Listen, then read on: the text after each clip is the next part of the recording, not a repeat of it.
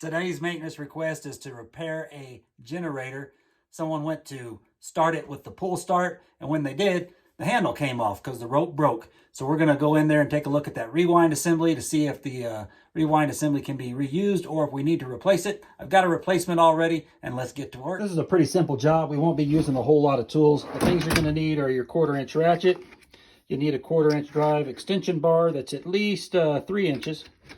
Then you're going to need some 1/4-inch drive sockets. You're going to need a 7mm and a 10mm.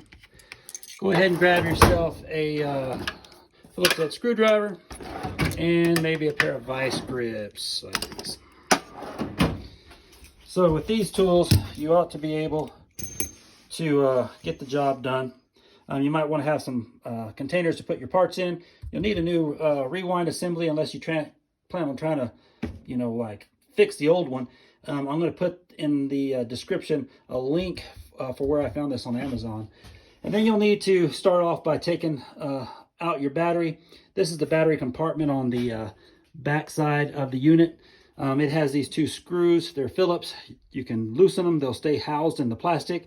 Lift up on this tab and it'll expose your battery. Now, I've already taken my battery out. But even if I hadn't, I probably wouldn't try to fish the battery out through this opening right now. It's a small area to work in. And I'm going to be taking this whole backside off anyways. It'll expose a lot more room, and that's the way I would do it. The reason I have my battery out will be explained later. Got a Champion dual fuel generator here that one of the people using it pulled off the pull cord, so we're going to be replacing that today. This is a Champion unit. Up here, I'll go ahead and show you what the model number is so you can compare that with what you've got. And then this is the new pull start assembly that I've got for it. I decided I'll go ahead and replace the whole assembly, not knowing what caused it to break in the first place. It's probably something in here, maybe a broken spring or something. We'll find out. The current pull cord used to come out here. It's gone now, so we're going to get started. To start, the first thing we're going to do is we're going to remove the 3 screws located here, here, and here.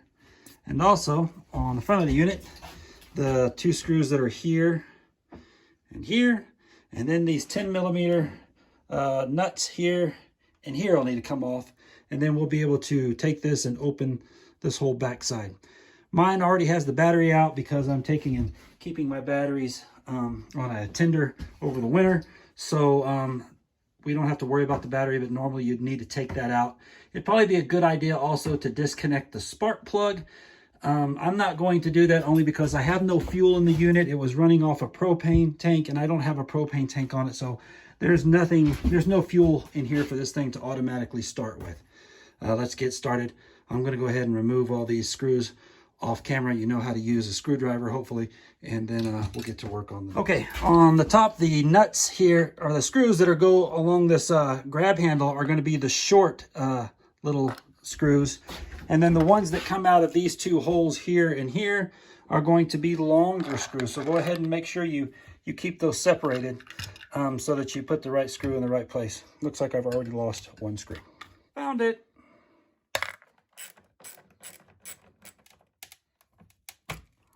Man, that's a tough one. All right, those 2 nuts are out. Go ahead and open this up now. It's going to swing open kind of like a door, and you want to leave those attached right there. Next thing that needs to come out is this piece. Okay, next we're going to take out this little bolt, and this bolt, and this bolt. The 2 nuts on the bottom are 7mm, and the 2 on the top are going to be 10mm. Okay, with those 4 out, you can let this lean forward, and you're going to need to take off this plug. The plug has a little tab that you need to move forward, and then you can pull that piece out. So just pull this forward, and then you're going to pull the top part out. It's kind of hard to do with one hand, but we're going to try. There we go. Okay, with that plug off, the next plug you're going to need to take off is going to be this one right here with the yellow wire connected to this one with the green wire. There's a little tab down here that you're going to push in with a screwdriver, and then this part will slide back. You'll grab this part stays with the now you can see the pull start assembly. This is screwed into it. I'm going to move it up so I can expose that bolt. You'll be needing to remove these bolts that go around the unit. You can also take off all of these wires if you want to and remove this entire assembly to get it out of your way. If you decide to do that, make sure you mark where all of these wires go so that you put them back in the right order. I'm just going to leave my wires connected and lay it down like this. I should be able to get in there. I got lots of clearance. These are going to be 10 millimeters, these three. Okay, with those 3 bolts off, this should just slide right out. Let's take a look at it and see what went wrong. I can see that the rope just got caught in that notch, and that kept it from being able to be pulled. So I'm thinking that this is okay. No, it's more than that. The rewind spring is broken. It won't retract the rope anymore, so we're going to use the new one. Okay, to be able to fit the new one on, we're going to have to take off this panel. There are 2 Phillips head screws that need to come out. This is the plate that comes off. We're going to need to feed the new rope through that plate, so I'll be extending the cord a little bit so that I can get to that knot, untying the knot, slipping it through the rope through here first, and then back through the handle, and then retying the knot. So pull the rope out a little bit with the handle. Use a pair of vice grips to hold the rope in place, and then you can slide back the handle and untie the knot. Not untied, you want to go ahead and slip it through the plate first, just like so. So when the rope comes out the other side, the side you're facing, you should be concaved like that.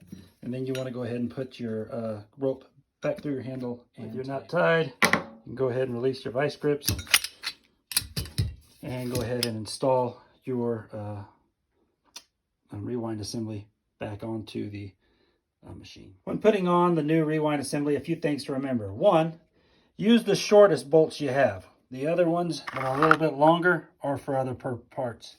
2, make sure on the top one you go through the little wire harness here, the little thing that holds the wire, because it goes between the bolt and the rewind mechanism. You have to slide that on, otherwise it'll hang free and you'll end up having to put it back on. All right, with the new rewind assembly on, now you want to move this back through the hole. So you want to take and pull the handle all the way through. This one-handed shit. And then you want to fold the plate sideways and put it through the hole as well. Well, you get the idea. I'm going to use 2 hands. There we go. Now with both all the way through, you can allow the plate to rest against the place where it fits in. And then we can reinstall those 2 screws. All right. Now before you go ahead and close all this back up, might be a good idea to do a test pull on this. Make sure you got some freedom. Mine feels good. All right, now you can go ahead and reposition everything back the way it was. A few things you want to check. You want to make sure that your cables for your battery can go through the right openings and not be trapped by anything.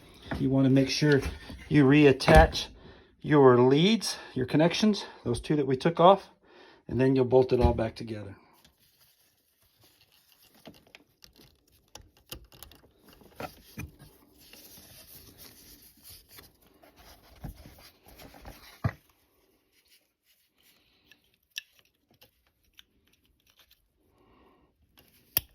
Here we are reinstalling these 4 bolts.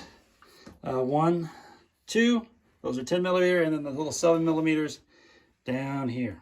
All right, with that back in, now you can go ahead and swing this back shut. And then position the back handle so that it fits down inside its groove and everything lines up ready to be screwed shut again. Okay, we'll get our 2 bottom bolts stuck in, and that one too. And then we'll take care of these 2 screws, and then we'll put the 3 on the back side of this handle. And then we're putting in the 3 in the back here. on the handle part. Okay, it's all been put back together. Checked everything. I don't have any leftover screws. This thing works, so we are good to go. Thank you for watching. Please subscribe and like my channel. I really appreciate it if you take a few extra moments to do that, and we'll see you next time. Bye-bye.